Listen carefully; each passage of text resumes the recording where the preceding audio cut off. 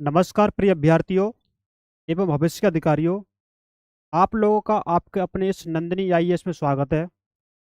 हमें उम्मीद है कि आप लोग स्वस्थ होंगे और बहुत अच्छे होंगे और यूपीएससी आईएएस प्रवेश परीक्षा 25 मई 2025 की तैयारी में आप लोग मेहनत कर रहे होंगे। और आपकी इस तैयारी में साथ देने के लिए आपकी संस्थान नंदिनी आईएएस आप लोगों के साथ है। और आप सकारात्मक सोच के साथ आगे बढ़ते रहिए। अभी हम क्लास 6 की एनसीईआरटी को कवर कर रहे हैं, इतिहास की है। जैसे कि हमने बताया कि मैं संजीव कुमार, अध्यापक इतिहास का, आपकी क्लास 6 से लेकर क्लास 12 तक की एनसीईआरटी कवर करा रहा हूँ। इसमें आपकी हर चीज़ को डिटेल से बताया जा रहा है, एक एक शब्द को बारीक से बताया जा रहा है, क्योंकि एनसीईआरटी में हर शब्द को हम पढ़ रहे हैं। इसके अलावा और कुछ पढ़ना है नहीं एनसीईआरटी में। एक बार हम इसको एक बार पढ़ ले जाएंगे तो फिर जिस जिस तरह चाहे पढ़ना चाहो उस तरह आप पढ़ सकते हैं उसके बाद। लेकिन इस एक बार हमारे साथ रह करके एक सही से अपनी तैयारी में नया जोश भर करके अपनी तैयारी में नया नया आयाम दे सकते हैं। और जब आप एनसीईआरटी पढ़ लेंगे, एक दो बार, दो तीन बार इसका रिवीजन कर लेंगे, तो फिर आप एक ये समझेंगे कि हाँ, हमने बहुत कुछ पढ़ लिया है। और आप एनसीईआरटी में कमज़ोर महसूस नहीं करेंगे अपने आप को, ये नहीं समझेंगे कि हाँ, हमने कुछ पढ़ा ही नहीं है। तो इससे पहले हमारे 9 चैप्टर हो चुके हैं क्लास 6 की एनसीईआरटी में, इतिहास की में, जो हमारी अतीत पुस्तक का नाम है। और आज हमारा 10वां चैप्टर होगा। और हम क्लास 6 की एनसीईआरटी की मतलब अंतिम चरण की तरफ चल रहे हैं। 12 चैप्टर हैं इसमें, आज 10वां हो जाएगा। ऐसे करके हम धीमे धीमे इसको ख़त्म कर लेंगे और फिर आगे की जो क्लास की एनसीईआरटी उसको हम कवर करेंगे। तो हम देखेंगे कि इसमें देखो स्टेप स्टेप बाय स्टेप कौन कौन सी चीज़ों का इसमें वर्णन किया गया है, उसी को हम ध्यान में रख करके पढ़ रहे हैं। और सकारात्मक सोच के साथ, बिना डर के, बिना तनाव के आप लोग हमारे साथ रह करके इसे कवर करिए। और आप निश्चित ही 100% हम मान लीजिए कि आपको यहाँ से क्वेश्चन बनेंगे ही बनेंगे। इसलिए आप हमारे साथ रह करके यहाँ से आगे बढ़िए। तो आज हम चलते हैं क्लास 6 की एनसीईआरटी जो इतिहास की है, हमारे अतीत पुस्तक, इसमें 10वां चैप्टर है हमारा, अध्याय 10 है। उसके बारे में चलते हैं। तो हम इसके बारे में हम एक जगनी नाम की छात्रा है जो क्लास 6 की है, तो उसके बारे में बताया गया है कि जगनी अपने जो गांव के पास का मेला था उसमें उन वस्तुओं को देख रही थी। जैसे उसमें खिलौने हो गए, बाल्टी हो गई, और कोई धातुएं हो गई, औजार हो गए। तो उनको देखा उसने। जैसे हम बाजार में, हमारे बाजार के पास में जो मेला लगता है, हम उसमें देखते हैं कई कई तरह के खिलौने होते हैं उसमें, बाल्टियाँ होती हैं, या कोई जो हमें उपयोगी वस्तु होती है वो उसमें अ, बेची जाती हैं। और हम जब मेले में जाते हैं तो उनको खरीद के लेके आते हैं। तो वही है, तेरी छात्रा के मन में विचार आया कि ये जो लोग शाम को तो आते हैं अपना सामान लेके, और सुबह मतलब सुबह तो आते हैं सामान लेके, शाम को समेट के चले जाते हैं। तो ये क्या करते हैं, तो उनकी माँ ने बताया कि ये जो आप देखते हो ये व्यापारी हैं। तो उन्हीं के बारे में बताया गया है। तो इसको हम कॉन्सेप्ट को समझ लेंगे, एक एक बात को समझ के चलेंगे, चीज़ें बेहतर हो जाएंगी।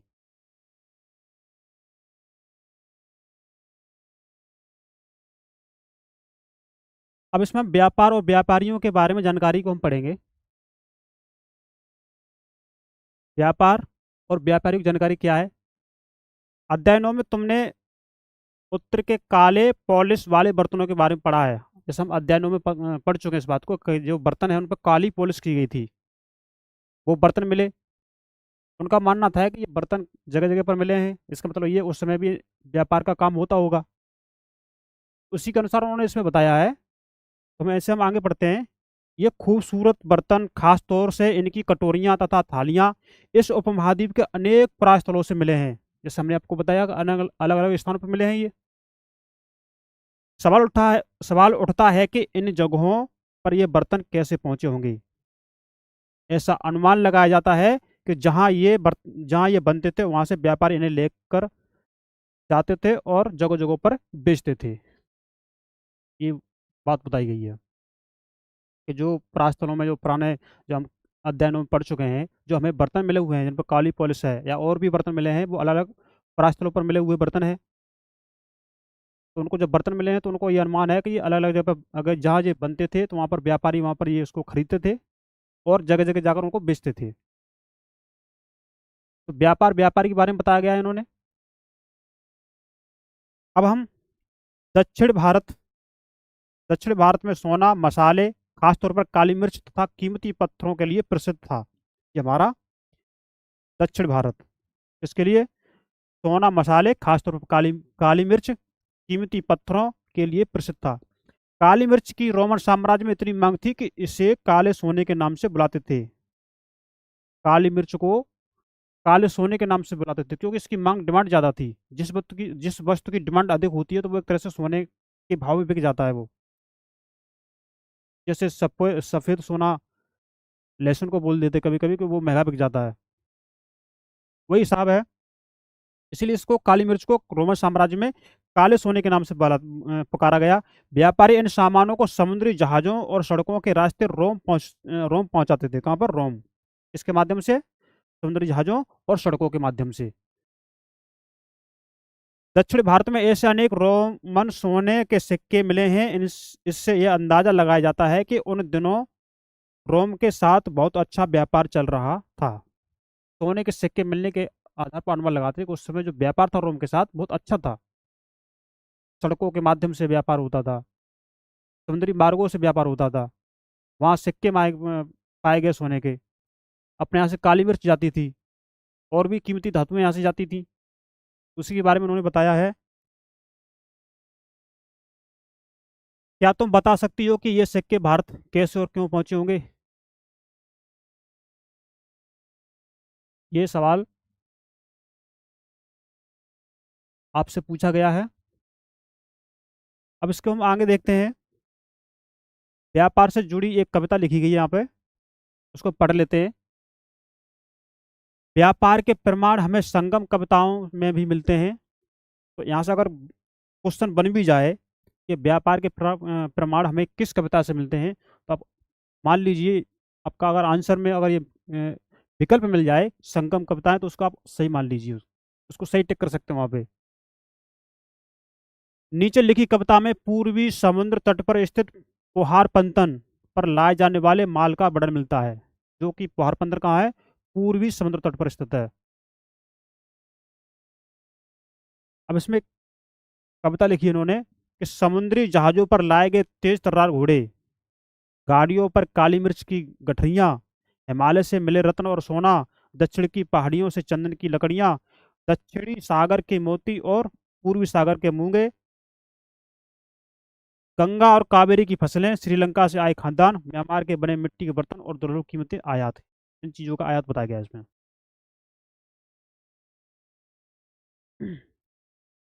तो जो म्यांमार के जो बने मिट्टी के बर्तन हैं और जो दुर्लभ कीमती जो जिनकी वस्तुएं उनका आयात किया गया इसमें, है ना।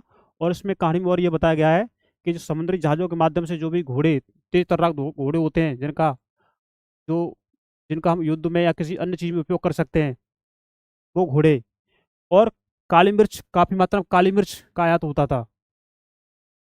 हिमालय से मिले रत्न और सोना, दक्षिण की पहाड़ियों से चंदन की लकड़ियाँ। तो दक्षिण की पहाड़ियाँ हैं, वहाँ पर चंदन की लकड़ियाँ पाई गई हैं, तो उनके बारे में जो चीज़ जहाँ ज़्यादा मिलती है तो उसका जो उसकी मात्रा वहाँ पर अधिक हो जाती है तो उसका निर्यात किया जाता है। अब कविता में उल्लिखित चीज़ों की एक सूची बनाओ। क्या तुम बता सकते हो कि इन चीज़ों का उपयोग किस लिए किया जाता होगा?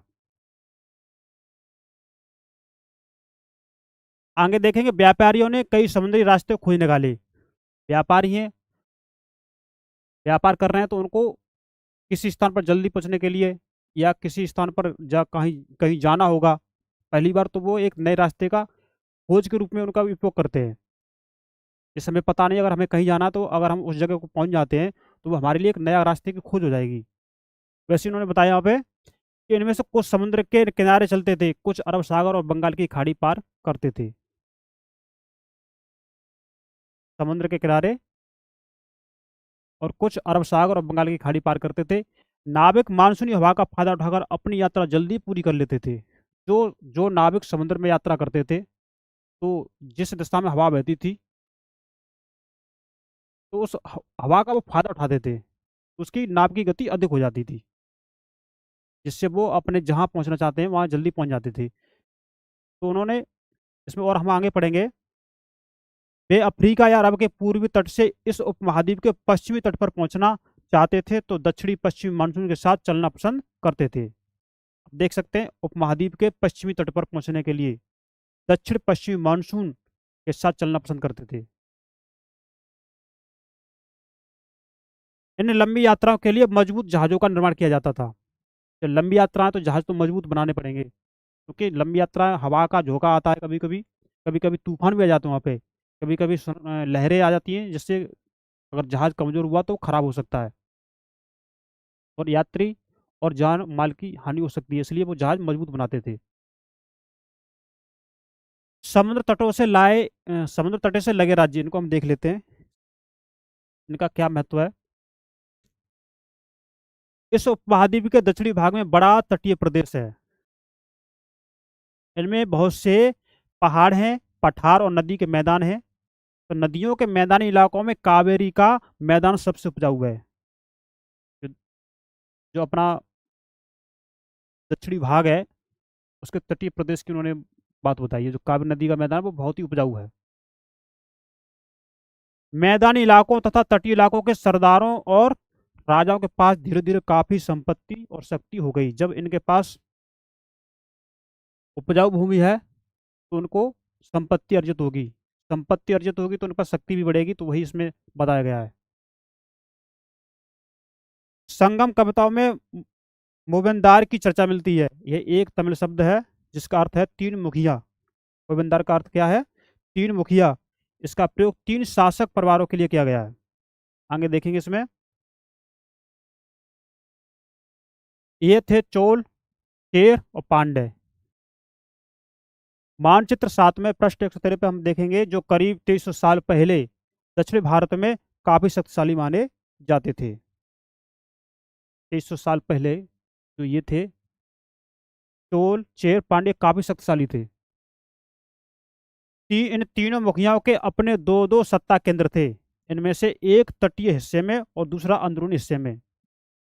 इनके दो दो सत्ता केंद्र थे, एक तो जो तटीयवर्ती इलाका था उनको देखता था, और एक जो उसके अंदरूनी हिस्से हैं इनका नियंत्रण करता था। इनके दो हिस्से थे। इस तरह 6 केंद्रों में से दो बहुत महत्वपूर्ण थे। एक चोलों का पत्तन कुहार, ये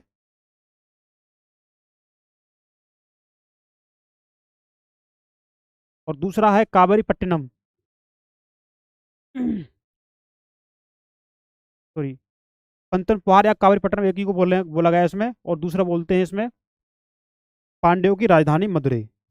ये इसके दो पंतन महत्वपूर्ण बताए गए हैं, दो जगह। ये मुखिया लोगों से नियमित करके बजाय उपहारों की मांग करते थे। ये कहते थे, ये मुखिया नियमित करके बदले आप हमें उपहार दीजिए।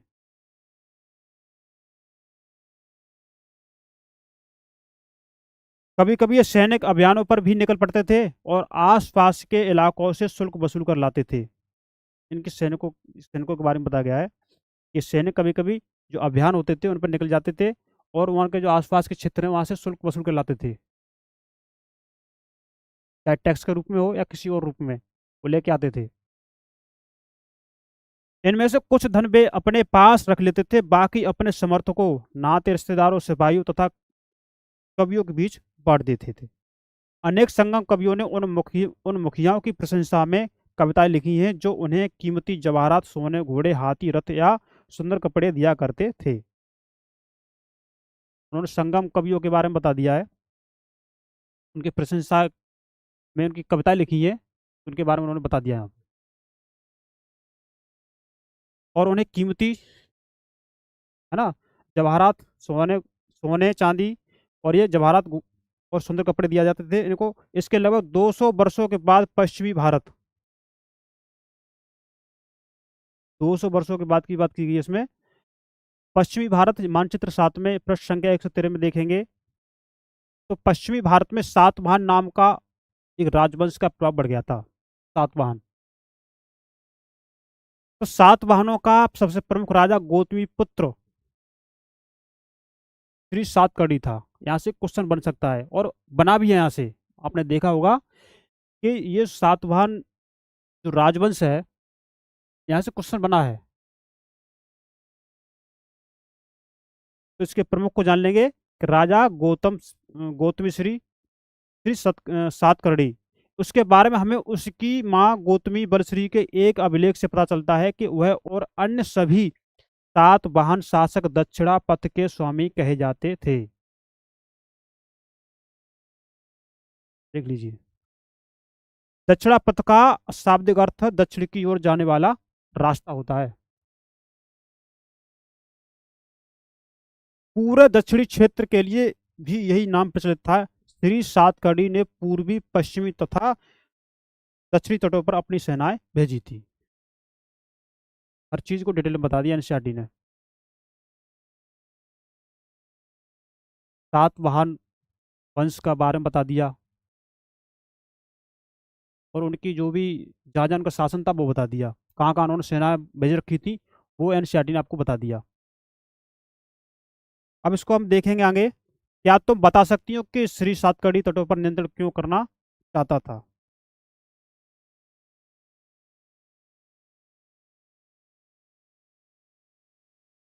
इस तरह के क्वेश्चन आप लोगों के लिए हैं। अब हम रेशम मार्ग की कहानी को देखते हैं। रेशम मार्ग की क्या कहानी है? कीमती चमकीले रंग और चिकनी मुलायम बनावट की वजह से रेशमी कपड़े अधिकांश समाज में बहुमूल्य माने जाते हैं। जो कपड़ा चिकना हो, मुलायम हो, मजबूत हो, तो वो समाज में उसका स्थान अच्छा माना जाता है, क्योंकि वो कीमत मानते हैं, वो उसकी कीमत अधिक है, बहुमूल्य है, मतलब कि उसकी कीमत ज्यादा है। रेशमी कपड़ा तैयार करना एक जटिल प्रक्रिया है। देखेंगे कि रेशम के कीड़े से कच्चा रेशम निकालकर सूत कताई होती है और फिर उससे कपड़ा बना जाता है। रेशम बनाने की विधि बता दी उन्होंने। रेशम की क्या उपयोगिता है, बहुमूल्य है, क्यों बहुमूल्य है, और किस किस कीट से उसका उत्पादन होता है। तो रेशम के कीट से निकाला जाता है ये। तो रेशम के कीड़े से कच्चा रेशम निकालकर सूत की कताई होती है और फिर उससे कपड़ा बना जाता है। रेशम बनाने की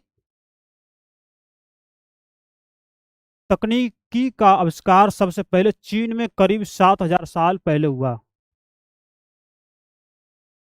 चीन में हुआ था सबसे पहले, कितने, करीब 7,000 साल पहले हुआ था इसका।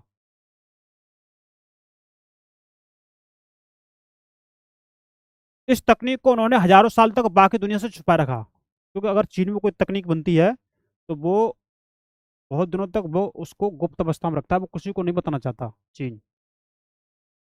तो ये 7,000 साल पहले की बात है, और आज वर्तमान में देख सकते हैं। तो चीन ने लगभग हजारों साल तक दुनिया से छुपा रखा था इस बात को। पर चीन से पैदल, घोड़ों या ऊंटों पर कुछ लोग दूर दूर की जगहों पर जाते थे और अपने साथ रेशमी कपड़े भी ले जाते थे। लेकिन जो चीनी यात्री थे, वो दूर दूर जगहों पर या किसी देश में, किसी विभिन्न देशों में, किसी विभिन्न स्थानों में जाते थे, तो उनमें लंबा समय लगता था जाने जाने में। तो वो अपने साथ रेशमी कपड़े लेके जाते थे। जब कहीं रेशमी कपड़े लेके जाएंगे, उसकी उसके बारे में पूछेंगे वहाँ के लोग कि क्या चीज़ है, आपने कैसे बनाया, कहाँ से कैसे बनाया, क्या इसका क्या महत्व है। वही बात है। जिस रास्ते से ये लोग यात्रा करते थे वह रेशम मार्ग सिल्क रूट के नाम से प्रसिद्ध हो गया। इसमें सिल्क रूट के बारे में बता दिया कि वह मार्ग सिल्क रूट के नाम से प्रसिद्ध था, जिस रास्ते से चीनी लोग यात्रा करते थे रेशमी कपड़ों के साथ। कभी कभी चीन के शासक ईरान और पश्चिमी एशिया के शासकों को उपहार के तौर पर रेशमी कपड़े भेजते थे। चीन के जो शासक थे, ईरान और पश्चिमी एशिया के शासकों को उपहार के तौर पर ये रेशमी कपड़े भेजा करते थे।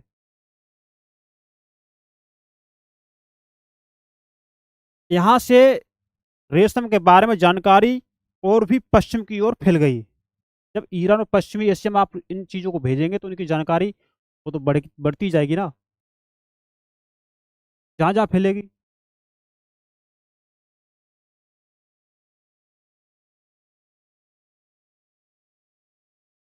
करीब 2,000 साल पहले रोम के शासकों और धनी लोगों के बीच रेशमी कपड़े पहनना एक फैशन बन गया। करीब 2,000 साल पहले रोम के शासकों और धनी लोगों के बीच में रेशमी कपड़े पहनने का एक शौक बन गया, फैशन बन गया। इसकी कीमत बहुत ही ज़्यादा होती थी, क्योंकि चीन से इसे लाने में दुर्गम पहाड़ी और रेगिस्तानी रास्तों से होकर जाना पड़ता था, इसलिए इसकी कीमत बढ़ जाती थी। किसी अगर उत्पाद की, किसी प्रोडक्शन की अगर कीमत बढ़ रही है, तो उसके उत्पादन से लेकर जहाँ तक ये पहुँचाना है, उसकी कॉस्ट को जोड़ करके कीमत निकाली जाती है।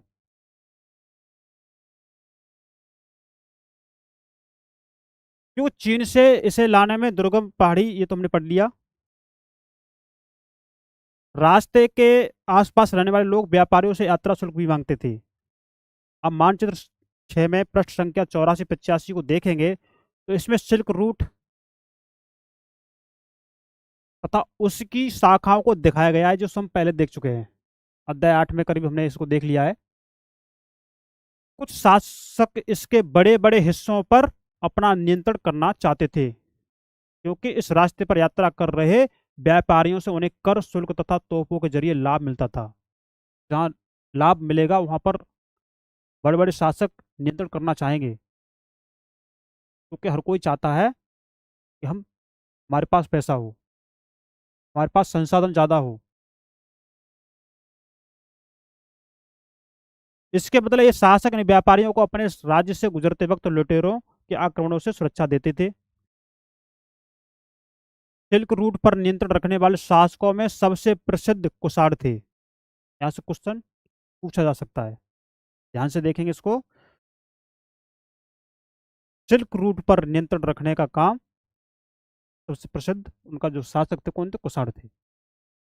करीब 2000 साल पहले मध्य एशिया तथा पश्चिमोत्तर भारत पर इनका शासन था।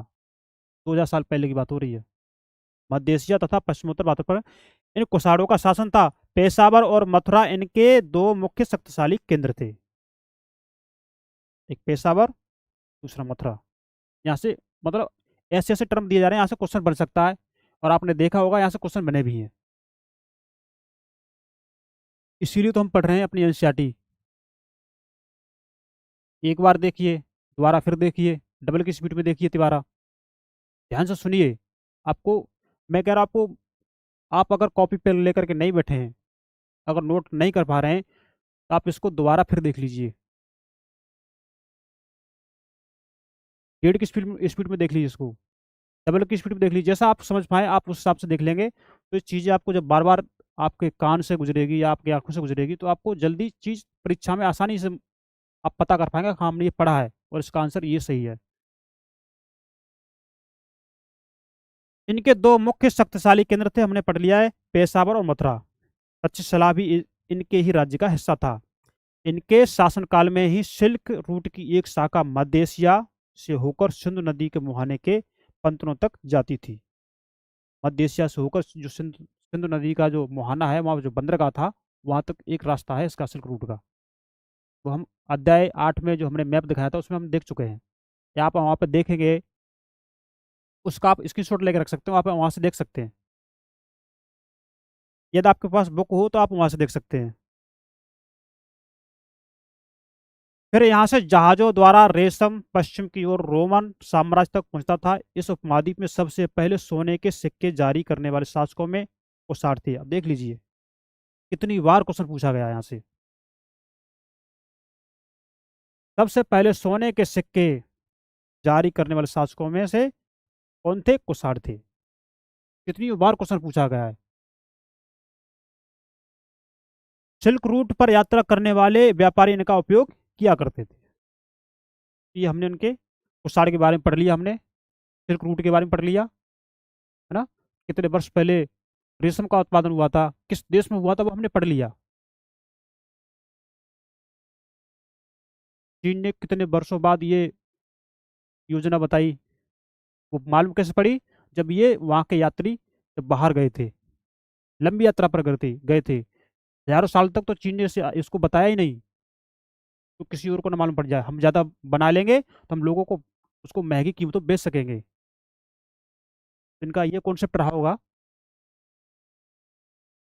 तो सिल्क रूट पर गाड़ियों का उपयोग क्यों कठिन होता होगा, इनके बारे में आप विचार करेंगे। चीन से समुद्र के रास्ते भी रेशम का निर्यात होता था। मानचित्र 6 में पृष्ठ संख्या 84 से 85 में इसे ढूंढो। समुद्र के रास्तों रेशम भेजने में क्या सुविधाएं और क्या समस्या आती होंगी। ये आप जो हमने अध्याय 8 में हमने पढ़ा दिया है, जब जहाँ चैप्टर खत्म होता है वहाँ पर जो दो मैप हैं उनमें हमने बता दिया है। अगर आपके पास बुक ना हो तो आप अध्याय बुक 8 में जाइए, वहाँ का जो सिल्क रूट वाला जो मैप है उसका स्क्रीनशॉट लेकर रख लिए अपने पास। वो जो मानचित्र इसमें बताए जा रहे हैं उनको मानचित्रों को देखिए कि सिल्क रूट कहाँ से कहाँ गया है। मैंने पहले भी आपसे कहा एक अपने पास एटलस रखेंगे आप, इसमें विश्व के जो भी जहाँ जिस जिस लोकेशन पर देश के नाम अवस्थित हैं उनको देखेंगे कि कौन से देश की सीमा कहाँ तक है। तो वो चीज़ें जब हम उनको बार बार अभी से यूज़ करना सीखेंगे तो आपको मैप पर ज़्यादा काम करने की जरूरत नहीं है, अगर आप अभी से करने लगेंगे तो। ना फिर आपको ये पता करना पड़ेगा कि पहाड़ कौन सा, पर्वत किस लोकेशन पर है, कौन सी नदी कहाँ बह रही है, कौन सा राज्य किस क्षेत्र पर कहाँ दिखाया जा रहा है। आप उनको बार बार नहीं देखेंगे। जब उनको अभी देखते चलेंगे तो फिर जो एग्जाम का जब टाइम आएगा तो चीज़ आप अच्छे से समझ कर पाएंगे। इसलिए अभी आपको पता है क्योंकि आज 21 नवंबर के आसपास तारीख, आज 21 नवंबर की तारीख है, और या अब जो 25 मई को जो एग्ज़ाम है 2025 में, उसका अनुमानतः 6 महीने का ही समय बचा है। इसलिए आप लोग अब देखिए इतने दिनों में इतनी हमारी एनसीईआरटी हो गई, कुछ दिनों में ये भी कवर हो जाएगी। तो जब आप इसको बार बार देख लेंगे, 1 2 3 बार देख लेंगे इसको, तो बड़े आसानी से आप इसको कर लेंगे। तो हम आगे देखते हैं इसमें बौद्ध धर्म का प्रसार।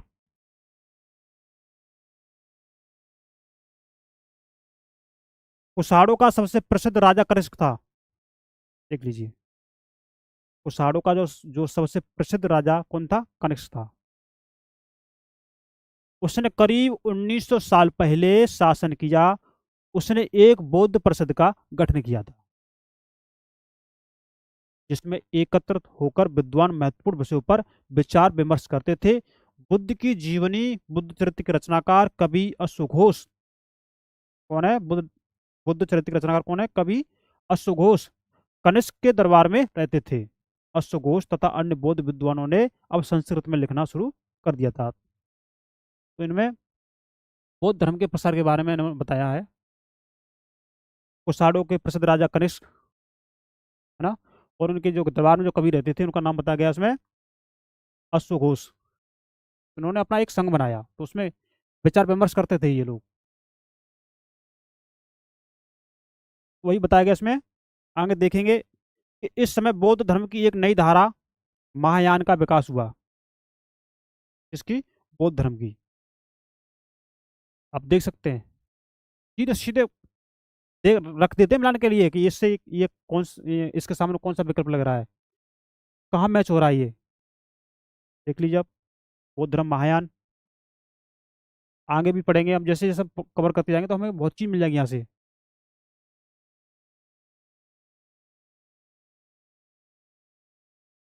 इसकी दो मुख्य विशेषताएं थी। पहले मूर्तियों में बुद्ध की उपस्थिति, क्या थी, पहले तो मूर्तियों में बुद्ध की उपस्थिति सिर्फ कुछ संकेतकों के माध्यम से दर्शाई जाती थी। अब संकेतक जैसे कि पीपल का वृक्ष दिखा दिया या और कोई संकेत दिखा दिया जिससे ये लोग समझते थे कि हाँ ये बुद्ध का या बुद्ध के संबंधित कोई संकेत दे रहा है। अब हम मिसाल के तौर पर देखेंगे कि उनकी निर्माण प्राप्ति को पीपल के पेड़ की मूर्ति द्वारा दर्शाया जाता था। लेकिन जो निर्माण प्राप्ति की जो स्थिति स्थिति थी उसको पीपल के पेड़ के वृक्ष के रूप में दर्शाया जाता था। पीपल का पेड़ बना दिया, उनसे मालूम पड़ गया कि को यहाँ इसके नीचे बुद्ध को ज्ञान प्राप्त हुआ होगा।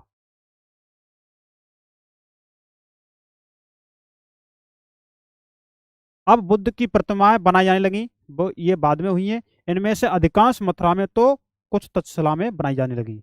अधिकांश तो मथुरा में बनी थी लेकिन उसमें उससे कम मात्रा में कुछ स्थिति में तक्षशिला जगह वहां पर बनाई गई थी।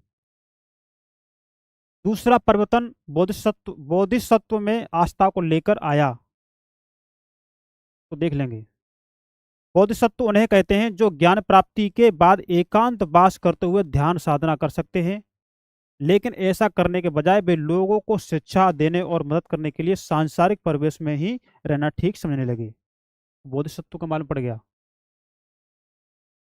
लोगों की समस्याएं खत्म करने के लिए, लोगों के ज्ञान देने की वजह से वो लोगों के साथ ही रहना शुरू कर दिए। पहले वो एकांत जगह में रहते थे, साधना करते थे, उनको बोधिसत्व बताया गया है। धीरे धीरे बोधिसत्व की पूजा काफी लोकप्रिय हो गई और पूरे मध्य एशिया, चीन, बाद में कोरिया और जापान तक फैल गई। इन इन जगहों पर ये इनकी लोकप्रियता फैल गई थी। बौद्ध धर्म का प्रसार पश्चिमी और दक्षिणी भारत में हुआ। पश्चिमी और दक्षिणी भारत में हुआ, जहां बौद्ध भिक्षुओं के रहने के लिए पहाड़ों में दर्जनों गुफाएं खोदी गईं। पश्चिमी और दक्षिणी दिशाओं में जब पहाड़ थे, वहां पर जो उनके रहने के लिए गुफाएं खोदी गई थी। तो वो जब वहां रहेंगे तो वो अपने धर्म का प्रचार तो करेंगे, बौद्ध धर्म। अब इसको देखेंगे, अब ये चित्र दिखाया गया है, एक बार चित्र को देख लेते हैं।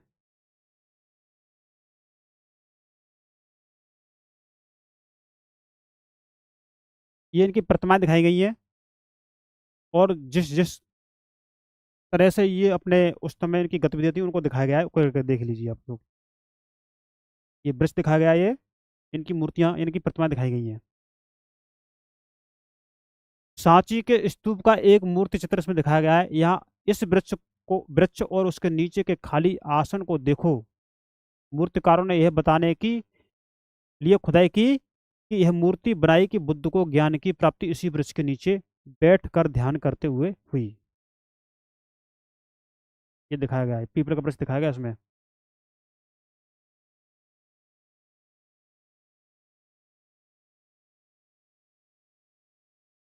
आगे देखेंगे, इनमें से कुछ गुफाएं राजा और रानियों के आदेश पर बनाई गई थी। जो पश्चिमी दक्षिणी उपमहाद्वीप में बनाई गई थी, उनमें से उनकी बात हो रही है। उनमें से जो गुफाएं खुदवाई गई थी बौद्ध के अनुयायियों के लिए, तो उनमें से कुछ गुफाएं राजा और रानियों के आदेशों पर खोदी गई थी। लेकिन कुछ गुफाएं व्यापारियों तथा कृषकों द्वारा बनाई गई थी। इनमें से ज्यादातर गुफाएं पश्चिमी घाट के दर्रों के पास बनाई गई थी। पश्चिमी घाट का दर्रा है, वहां बनाई गई थी।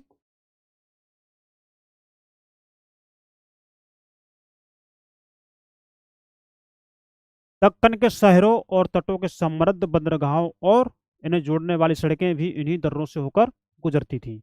ऐसा लगता है कि यात्रा करने वाले व्यापारी इन गुफाओं वाले मठों में विश्राम के लिए रुकते थे।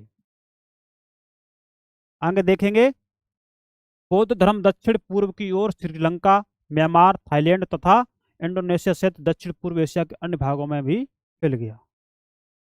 दक्षिण पूर्व की ओर जैसे श्रीलंका में, म्यांमार में, हमारे उपमहाद्वीप का जो दक्षिण पूर्व का हिस्सा है, की बात हो रही है। थाईलैंड में, इंडोनेशिया सहित दक्षिण पूर्व के एशिया के अन्य भागों में भी बौद्ध धर्म का प्रसार हुआ।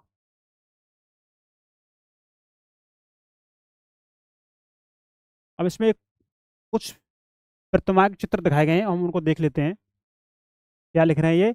मथुरा में बनी बुद्ध की एक प्रतिमा का चित्र दाएं और क्या है? तक्षशिला में बनी बुद्ध की प्रतिमा का एक चित्र। इन चित्रों को देखकर बताओ कि इनके बीच क्या क्या समानता है और क्या क्या भिन्नता है।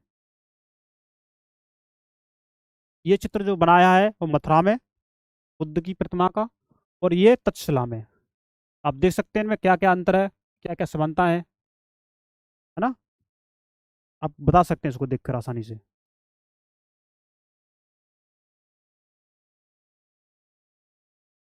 ये इस जो मथुरा में जो चित्र बना है वो खड़ी अवस्था में बना गया है, और इसमें जो तक्षशिला में बना हुआ है ये आसन लगा के बैठे हैं, उनका ये मूर्ति का निर्माण किया गया है। तो और बाद बाकी का आप खुद अनुमान लगाएंगे, इनमें देख के बताएंगे इसमें क्या क्या है।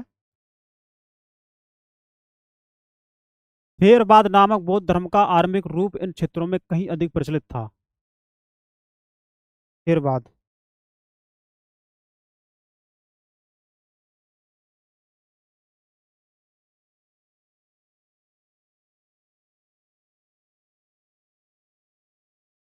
आगे देखेंगे कि पृष्ठ 100 को एक बार फिर पढ़ो। क्या तुम बता सकती हो कि बौद्ध धर्म का इन इलाकों में कैसे कैसे फैला होगा?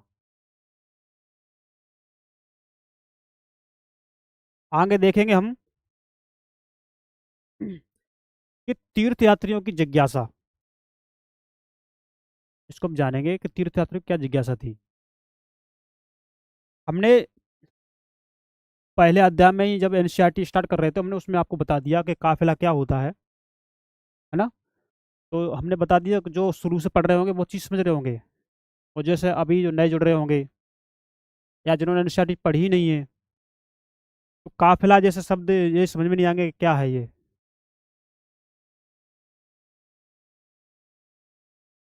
तो वही बता रहा हूँ कि आप शुरू से चीज़ पढ़ेंगे और सुनेंगे समझेंगे, क्योंकि एनसीईआरटी तो हम विस्तार में ही तो पढ़ रहे हैं, एक एक चित्र को देखते हुए पढ़ रहे हैं, एक एक साड़ी को देखते हुए पढ़ रहे हैं, एक एक शब्द को पढ़ रहे हैं। जो शब्द जिन्हें पता नहीं है या जो समझ में नहीं आ रहा उनको हम बता भी दे रहे हैं कि इसका शब्द का मतलब ये हो रहा है। और यहाँ से जो प्रश्न पूछे जा रहे हैं, संभावना है, वो भी हम बता रहे हैं।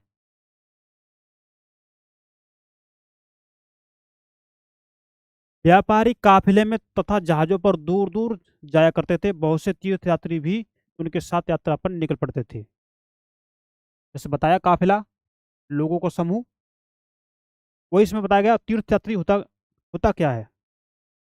तीर्थ यात्री का मतलब हो गया कि पवित्र स्थानों की जो हम यात्रा करते हैं वो तीर्थ यात्री कहलाते हैं।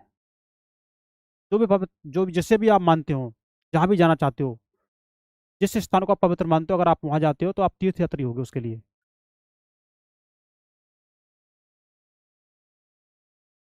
इसी तरह भारत की यात्रा पर आया चीनी बौद्ध तीर्थ यात्री कौन था? चीनी बौद्ध तीर्थ यात्री, इसका क्या नाम है? फासियन। काफी प्रसिद्ध है ये। वह करीब 1600 साल पहले आया, और स्वयं तसांग जो ये 1400 साल पहले।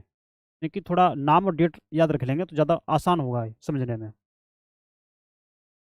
क्योंकि यहाँ से क्वेश्चन आ जाते हैं, ये नहीं मालूम पड़ता ये कब का है। इस कभी कभी जिन्होंने एनसीईआरटी नहीं पढ़ी या जिन्होंने इन्हें सुना नहीं, वो ये है क्या, क्या पूछ लिया इन्होंने, ये फासियन क्या है, हमने तो ये पढ़ा नहीं था। अब इसमें देखेंगे कि स्वयं जो है 1400 साल पहले भारत आया, और उसके करीब 50 साल बाद इत्सिंग आया। ये चीनी जातियों के नाम है। वे सब बुद्ध, यानी अध्याय 7 में हम इनके बारे में पढ़ चुके हैं कि वे सब बुद्ध के जीवन से जुड़ी जगहों और प्रसिद्ध मठों को देखने के लिए भारत आए थे। जो भी चीनी बौद्ध यात्री हैं, वो बुद्ध के बारे में जानने भारत आए थे ये।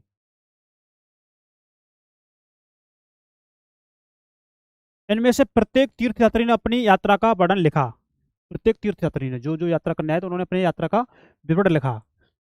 इन्होंने अपनी यात्रा के दौरान आई मुश्किलों के बारे में भी लिखा, कि हम जब वहां से आ रहे, या हम वहां से जिस स्थिति से हम गुजर रहे थे, या हमें वहां आने से यहाँ तक आने में जो भी कठिनाई थी वो उन्होंने बताया। इन यात्राओं में कई वर्ष लग जाया करते थे। जिन देशों और मठों को उन्होंने देखा उनके बारे में उन्होंने लिखा, और उन किताबों के बारे में भी उन्होंने लिखा जिन्हें वे अपने साथ ले गए थे, इन चीनी यात्री ने। अब हम थोड़ा हाशियन चीनी वापस कैसे लौटे, हम इसके बारे में थोड़ा पढ़ लेते हैं। हाशियन ने अपने घर चीन वापस लौटने के लिए अपनी यात्रा बंगाल से शुरू की। कहाँ से की? बंगाल से। किसने? हाशियन चीनी यात्री ने, जब जब ये भारत से वापस लौट रहा था। वह व्यापारियों के एक जहाज पर चढ़ गया। मुश्किल से वे 2 दिन ही चल पाए थे कि एक समुद्री तूफान में फंस गए। तो समुद्र में तूफान अक्सर आते रहते हैं। 2 दिन बाद क्या हुआ? तूफान आ गया। आगे क्या हुआ? व्यापारी अपने जहाज को डूबने से बचाने के लिए उसमें से अपने माल को फेंककर जहाज को हल्का करने की कोशिश करने लगे। उन्हें लगा कि अब हम डूबने वाले हैं, तो जान बचाने के लिए अगर हम अपने माल को फेंक देंगे तो जान तो बच जाएगी हमारी। तो यही ध्यान में रख करके उन्होंने जो समुद्र में उसमें जो जहाज में माल था वो कुछ माल उठा करके बाहर समुद्र में फेंक दिया। इससे जहाज हल्का हो जाएगा, तो जो तूफान आ रहा है उसमें जो जहाज हमारा हिल रहा है, डूबने की जो शंका उत्पन्न हो रही है वो बच जाएगी। फासियन ने भी अपने सामान को तो फेंक दिया, पर अपनी उन पांडुलिपियों और बुद्ध की मूर्तियों को नहीं फेंका, जिन्हें उसने अपनी भारत यात्रा के दौरान संकलित की थी। अंततः 13 दिनों के बाद आंधी रुकी, उसने समुद्र का वर्णन इस प्रकार किया। अब थोड़ा समुद्र वर्णन देखेंगे। तो जो चीन यात्री थे फासियन, इन्होंने इनके साथ जो भी सामान था, इन्होंने तो अपना सामान तो फेंक दिया बचने के लिए, लेकिन जो अपने भारतीय उपमहाद्वीप से जो भी बुद्ध की जो भी पांडुलिपियां हैं या उनकी मूर्ति लेके गए थे, उनको नहीं फेंका, वो अपने साथ ही लेके गए थे।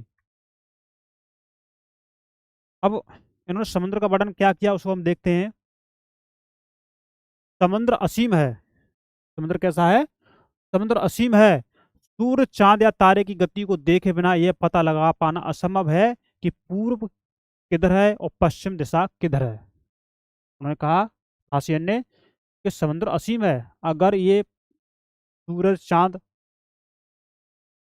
और ये चंद्रमा अगर ये ना हो, तारे अगर ये ना हो, तो हम ये नहीं पता कर पाएंगे कि हमारी दिशा पूर्व कहाँ, पश्चिम किधर है।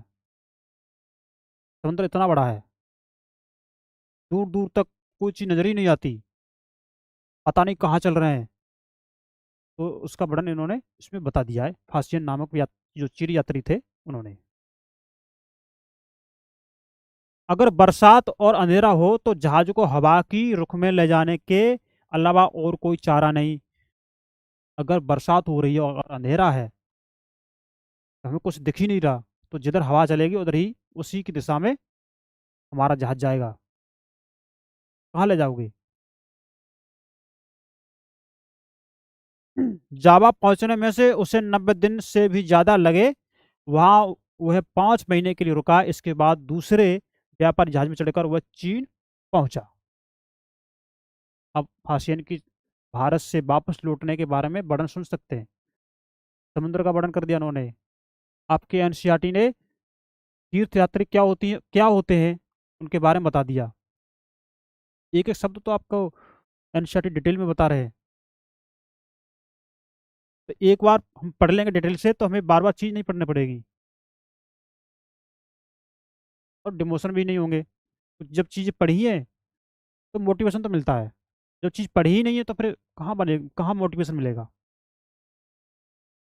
तो आपका मोटिवेशन बना रहे, आपकी तैयारी अच्छी बनी रहे, आपकी तैयारी में जोश भरा रहे।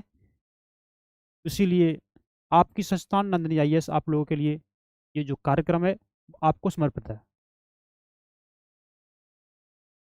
बिना सिर पर दबाव बनाए हुए, आराम से, तसल्ली से, क्योंकि अभी हमारे पास 6 महीने टाइम है। तो उससे पहले बहुत कुछ कर लेंगे। अगर हमारे साथ रहकर करोगे तो बहुत कुछ कर लेंगे, और अपने मन से करेंगे तो फिर पता नहीं। वही बताया गया है। अब हम स्वयं तसांग के बारे में पढ़ते हैं। ये आए थे भूमार्ग से। जो स्वतंत्र संघ जो यात्री थे, चीनी यात्री, ये आए थे भारत से, उसमें भूमार्ग से, मतलब जो रास्ते के माध्यम से, जो सड़क के माध्यम से या किसी रास्ते के माध्यम से आए थे। मतलब इन्होंने पानी का जो जहाज थे उनका यूज बहुत कम किया था। तो जो ये है ना, उत्तर पश्चिम और मध्य एशिया से होकर ये आए थे, है ना, उत्तर पश्चिम और मध्य एशिया से होकर चीन वापस लौट आई है। उसने सोने, चांदी और चंदन की लकड़ी की बनी बुद्ध की मूर्तियां तथा 600 से भी ज्यादा पांडुलिपियां एकत्र की थी। काफी सामान हो गया ना। 600 से भी ज्यादा पांडुलिपियां और सोने, चांदी से और चंदन की लकड़ी की बनी बुद्ध की मूर्तियां इन्होंने एकत्र कर ली। इनको साथ लेके गए थे ये चीन वापस। इन्होंने भूमार्ग का यूज किया था, मतलब किसी जहाज के चक्कर में ना पड़े ये। और पढ़े होंगे तो इसमें थोड़ा बताया गया होगा आगे, वो देख लेंगे हम। घोड़ों पर लाद कर ले गए ये। इन्हें इन्हें वह 20 घोड़ों में, तो 20 घोड़ा बहुत हो गया ना, इन्होंने काफी सामान इकट्ठा कर लिया। तो 20 घोड़ों पर लाद कर ये ले गए थे। पर इनमें से 50 पांडुलिपियां उस समय खो गई। 600 में से 50 खो गई। जब सिंधु नदी पार करते हुए उसकी नाव उलट गई, मतलब इन्होंने सिंधु नदी पार करी, तो सिंधु नदी जो पार की होगी तो नाव के माध्यम से की, तो नाव इनकी उलट गई, तो उसमें आगे क्या होता देखते हैं कि अपने जीवन का बाकी हिस्सा उसने बची हुई पांडुलिपियों का संस्कृत से चीनी अनुवाद करने में लगा दिया। बाद बाकी का जो उसका जीवन का जो हिस्सा बचा हुआ था, जो जीवन बचा हुआ था, तो जो पांडुलिपि जो संस्कृत भाषा में लिखी गई थी उसको चीनी भाषा में कन्वर्ट करने में ही, अनुवाद करने में ही बाद बाकी का जीवन उसने बता दिया, बीत गया जीवन। तो धर्म से संबंधित आप देख सकते हैं चीन की क्या रवैया रहा है। अब हम नालंदा के बारे में देखेंगे कि शिक्षा का एक विशिष्ट केंद्र, त्सांग तथा अन्य तीर्थयात्रियों ने उस समय के सबसे प्रसिद्ध बौद्ध विद्या केंद्र नालंदा, क्या, नालंदा जो बौद्ध का जो विद्या केंद्र था, क्या था, नालंदा, यानी जो बिहार में है, यहाँ अध्ययन किया।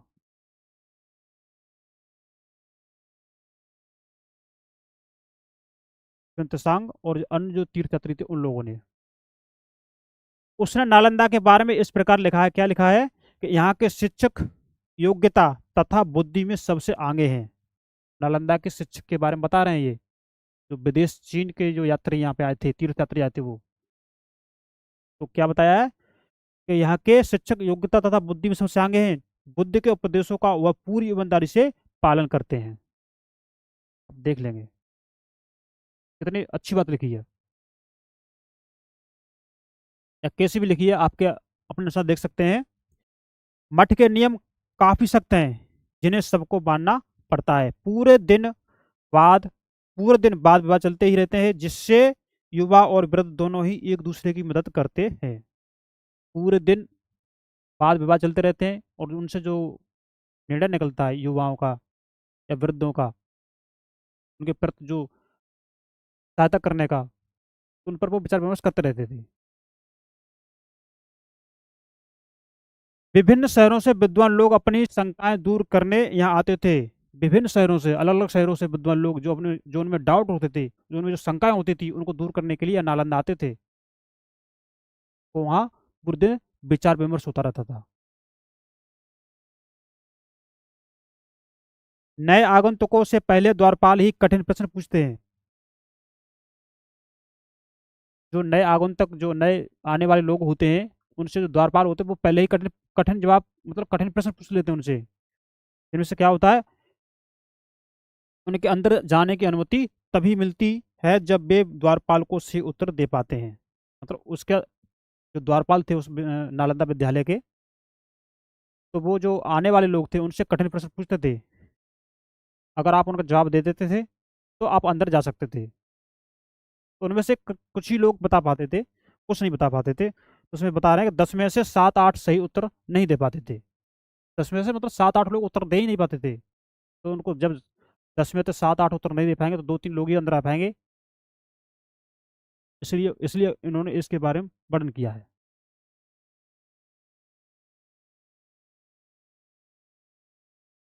अब भक्ति की शुरुआत, इसको हम देख लेते हैं।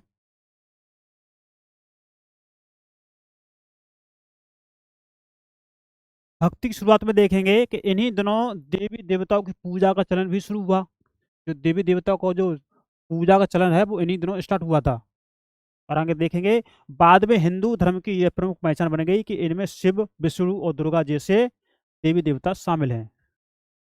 इसी समय से ये देवी देवताओं की पूजा हिंदू धर्म में होने लगी है, शिव की, विष्णु की और दुर्गा जैसे देवी देवताओं की।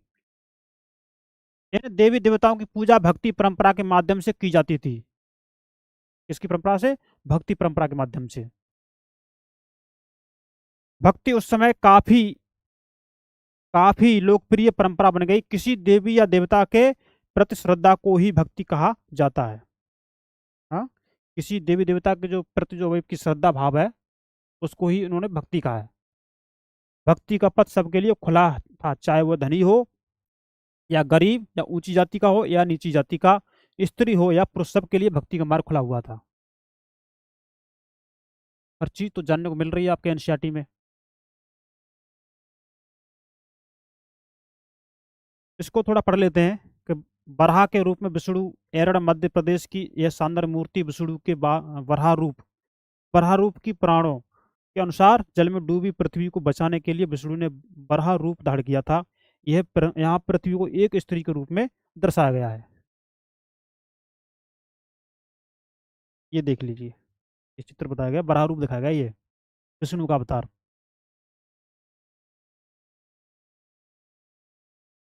पृथ्वी को यहाँ बचाया था उन्होंने। तो इनकी एक लंबी कहानी है। अब एनसीईआरटी पढ़ा रहे हैं तो उसमें हम ज़्यादा तो नहीं जा सकते, आपने अगर देखी हो टीवी सीरियल पर। तो एनसीईआरटी के अनुसार हम चल रहे हैं। भक्ति मार्ग की चर्चा हिंदुओं के पवित्र ग्रंथ भगवत गीता में की गई है। भगवत गीता महाभारत यानी अध्याय 12 के जब हम देखेंगे, महाभारत का एक हिस्सा है। इसमें भगवान कृष्ण अपने भक्त और मित्र अर्जुन को सभी धर्मों को छोड़कर उनकी शरण में जा आने को उपदेश देते हैं। भगवान श्री कृष्ण के बारे में बताया गया है और अर्जुन के बारे में जो वाद विवाद हुआ, उन्होंने कहा आप सभी को छोड़िए, सब कुछ छोड़िए, आप हमारी शरण में आइए।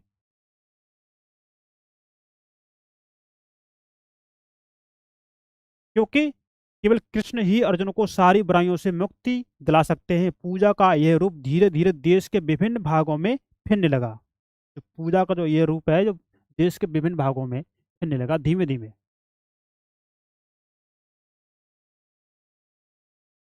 भक्ति मार्ग अपनाने वाले लोग आडंबर के साथ पूजा पाठ करने के बजाय ईश्वर के प्रति लगन और व्यक्तिगत पूजा पर जोर देते थे।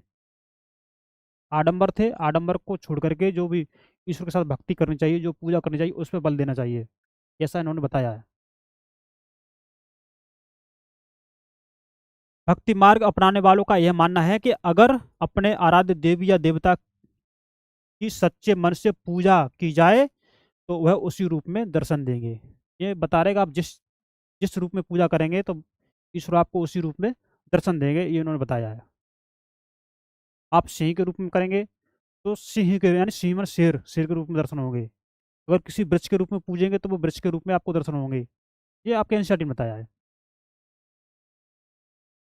इसलिए आराध्य देवी या देवता मानव के रूप में भी हो सकते हैं या फिर सिंह, पेड़ या अन्य किसी भी रूप में।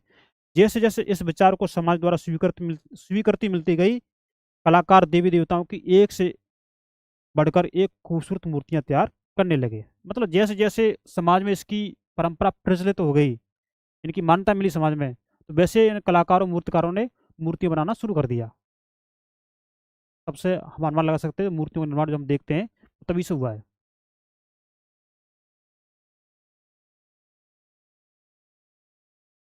थोड़ा भक्ति पढ़ लेते हैं, भक्ति क्या है।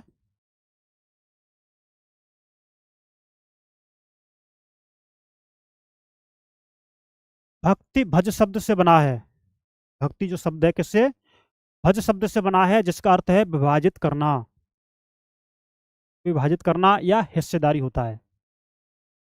भक्ति किससे बना है, भज शब्द से, विभाजन करना या उसकी हिस्सेदारी करना। इसका अर्थ यह है कि भक्ति भगवान और भक्त के बीच परस्पर एक अंतरंग संबंध है। ऐसा एक आपसी संबंध, परस्पर एक अंतरंग संबंध है। भक्ति भगवत या भगवान के प्रति झुकाव है। भक्ति क्या है, भगवान या भगवत के प्रति क्या झुकाव है, भगवान के प्रति आपका कितना झुकाव है, वो भक्ति के माध्यम से बताया गया इसमें आपके एनसीईआरटी में। भगवत का एक अर्थ यह भी है कि जो अपने ऐश्वर्य तथा सुख को भक्तों के साथ बांटता है। यह भगवत का अर्थ बता दिया है क्या, कि जो अपने ऐश्वर्य तथा सुख को भक्तों के साथ बांटता है वो भगवत है या फिर वो भगवान है। यानी भक्ति या भागवत अपने देवी देवता के भंग का हिस्सेदार होते हैं।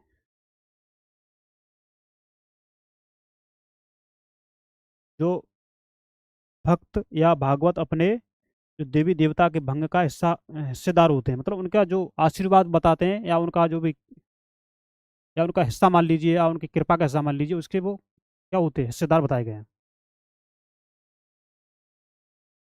आगे हम देखेंगे एक भक्त द्वारा लिखी गई एक कविता है। कविता को थोड़ा पढ़ लेते हैं। अधिकांश भक्ति साहित्य हमें यही बताते हैं कि धन, ऐश्वर्य या ऊंचे पद के जरिए कभी ईश्वर से आत्महत्या नहीं बन सकती है। तो बताया गया है कि यदि आप ऊंचे पद पर हो या आप धनवान हो, आप भक्ति को प्राप्त नहीं कर सकते ना। तो फिर करीब 1400 साल पहले शिव भक्त अपार द्वारा तमिल में लिखी एक कविता का यह एक अंश है। अपार एक बेलाल, यानी अध्ययनों में हमने पढ़ लिया बेलाल क्या है। तो अपार एक बेलाल था।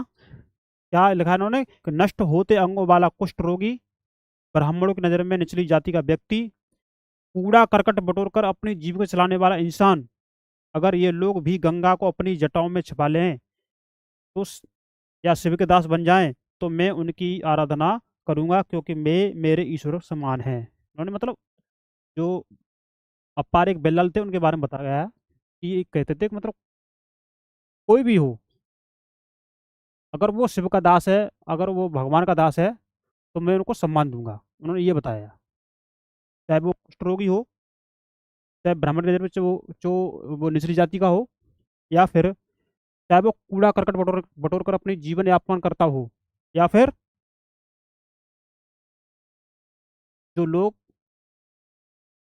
इनके बारे में बताए, जो लोग मतलब निचली जाति या फिर जो कूड़ा करकट बटोरने वाले हो या फिर कुष्ठ रोगी हो, अगर वो अपने सिर में गंगा को भी अगर धारण कर लेते तो मैं उनके प्रति सम्मान जायक हूँ, तो मैं उनकी भी पूजा करने लगूंगा।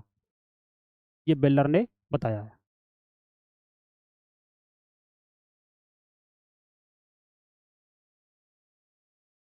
क्योंकि वे मेरे ईश्वर सम्मान है, मतलब वो ईश्वर के समान है। कभी सामाजिक प्रतिष्ठा और भक्ति में किसको ज्यादा महत्व देते हैं, ये आपके लिए पूछा है इसमें। देवी देवताओं का विशेष सम्मान होता था, इसलिए विशेष जगहों पर ही इनकी मूर्तियों को रखा जाता था। इन स्थानों को ही मंदिर कहते हैं। आप अध्याय बारे में इनको, इन मंदिरों के बारे में थोड़ा पढ़ेंगे। अध्याय बारे में जो आने वाला चैप्टर है उसमें बताया गया है कि किन स्थानों को मंदिर कहा गया है, मूर्तियां कहाँ रखी जाती थी, वो आपके एनसीईआरटी ने आपको बता दिया है। अब हिंदू के बारे में थोड़ा पढ़ लेते हैं। हिंदू शब्द इंडिया शब्द की तरह ही सिंध या इंडस से निकला है।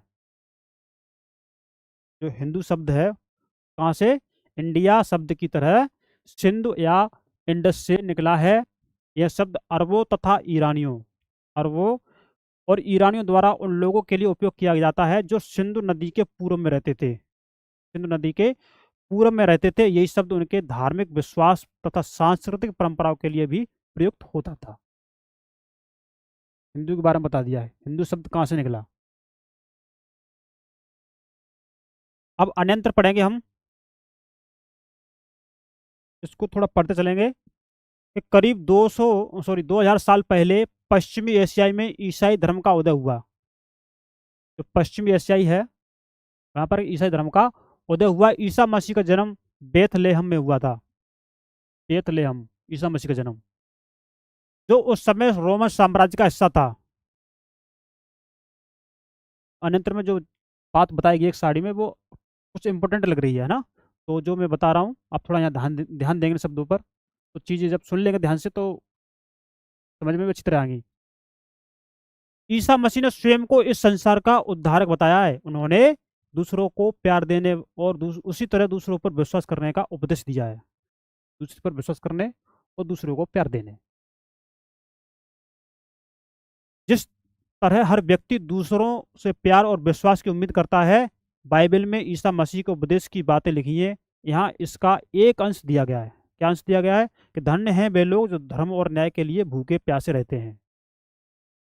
ये बाइबल के ईसा मसीह उसका उपदेश की एक बात लिखी गई है बाइबल की। उनकी कामनाएं पूरी होंगी। जो दयालु हैं वे धन्य हैं, क्योंकि उन्हें दया मिलेगी। और क्या कहा है, धन्य है, धन्य है वे जो दिल से पवित्र हैं। और उन्होंने लिखा आगे, क्योंकि वे ईश्वर के दर्शन कर सकेंगे। धन्य है वे जो शांति स्थापित करते हैं, वही ईश्वर की संतान कहलाएंगे। मतलब बाइबल में लिखा है, इन बातों को बाइबल में डिफाइन किया है, उसका एक अंश इन्होंने बताया है। जो बाइबल ईसा मसीह की है उनमें ये बात बताई गई है। ईसा मसीह के उपदेश साधारण लोगों को बहुत पसंद आए और धीरे धीरे ये पश्चिमी Asia, Africa, Isa Masih, sorry, Europe में ये फैल गए। कहाँ कहाँ, पश्चिमी एशिया, अफ्रीका तथा ये यूरोप में फैल गए। ईसा मसीह की मृत्यु के 100 सालों के अंदर ही भारतीय उपमहाद्वीप के पश्चिमी तट पर पहले ईसाई धर्म का प्रचारक पश्चिमी एशिया से आए थे। बता दिया आपके एनसीईआरटी ने।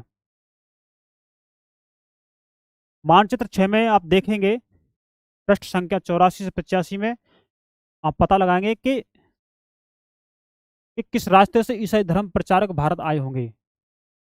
केरल के ईसाइयों को सीरियाई ईसाई कहा जाता है।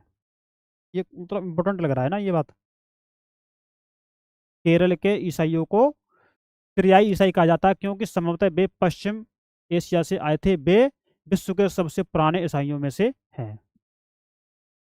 तो इस चैप्टर की हम अंतिम पंक्ति की तरफ है, यानी कि हमारा अध्याय खत्म होने ही वाला है।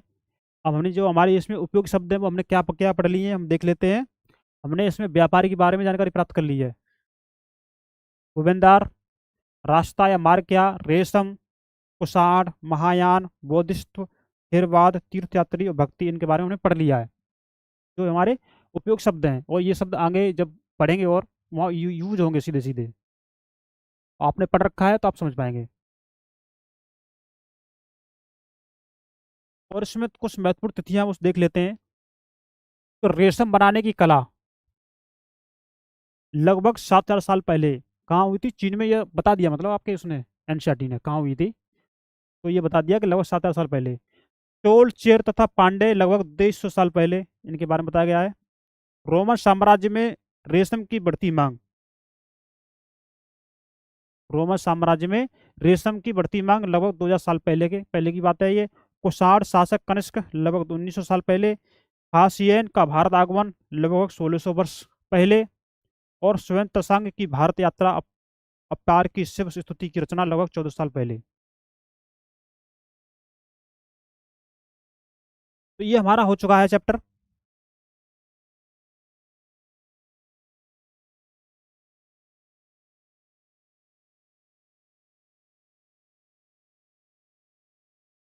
अभी तक जो हमारे अध्याय हो चुके हैं, 10 अध्याय हो चुके हैं।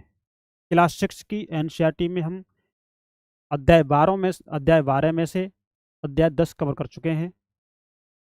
और हमने प्रत्येक अध्याय में हमने एक एक चीज को बड़े ध्यान से, बड़े विस्तार से पढ़ा है। यहाँ तक कि हमने साड़ियाँ भी नहीं छोड़ी, उनको भी पढ़ रखा है हमने। अब ये सोच रहे होंगे हमने पढ़ तो लिया लेकिन हमें याद कुछ नहीं रहा, भूल गए हम सब लोग, सब भूल गए हम। एक बार में याद किसी को नहीं रहता, एक बार में याद किसी को नहीं रहता। अगर एक बार में याद रह जाता तो इतने सालों से कौन तैयारी करता। इसलिए आप इस क्लास को एक बार देखिए, 2 बार देखिए, डबल की स्पीड देखिए, 3 बार देखिए, चीज़ों को ध्यान से सुनिए।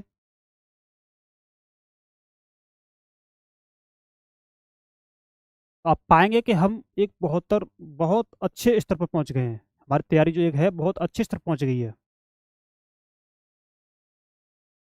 और हमें उम्मीद है कि आप लोग हमारे पढ़ाने से संतुष्ट हो पा रहे होंगे और मैं आपको संतुष्ट कर पा रहा हूँ। और हमें जैसे पता है कि आप लोगों की जो परीक्षा की तिथि है 25 मई 2025 यूपीएससी आईएएस, और इसी के लिए ये लक्ष्य यूपीएससी 2025 आपके लिए रखा गया है। आपके संस्थान नंदिनी आईएएस आप लोगों के लिए रख रही है। तो आप लोग साथ रह करके कर लो, जो आपको बताया पढ़ाया जा रहा है, जो कराया जा रहा है उसको कर लीजिए, एक बार कर लीजिए। तो आपके मन में कभी विचार नहीं रहेगा कि मैंने एनसीईआरटी पढ़ी नहीं। और इसीलिए संस्थान आपको इन क्या चीज़ छोड़नी चाहिए, क्या चीज़ पढ़नी चाहिए, उसी को ध्यान में रख करके आपको ये हर चीज़ आप लोग आपको जो उपयोग आपकी जो परीक्षा से महत्वपूर्ण है उसको कराया जा रहा है।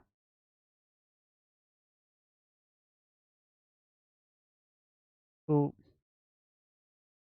आज के लिए इतना ही।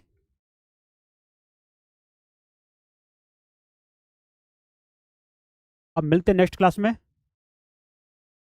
और हमें उम्मीद है कि आप लोग अच्छे से तैयारी कर रहे होंगे और हमारे इस चैनल को लाइक, सब्सक्राइब और शेयर करें। क्योंकि जितना आपका सब्सक्राइब बढ़ेगा, जितना आपका लाइक बढ़ेगा और जितना आप शेयर करेंगे, उतने हम अच्छे से आपको कंटेंट प्रोवाइड करा पाएंगे, उतने अच्छे से संस्थान आपके लिए ये सब उपलब्ध करा पाएगी। तो आज के लिए बहुत बहुत धन्यवाद।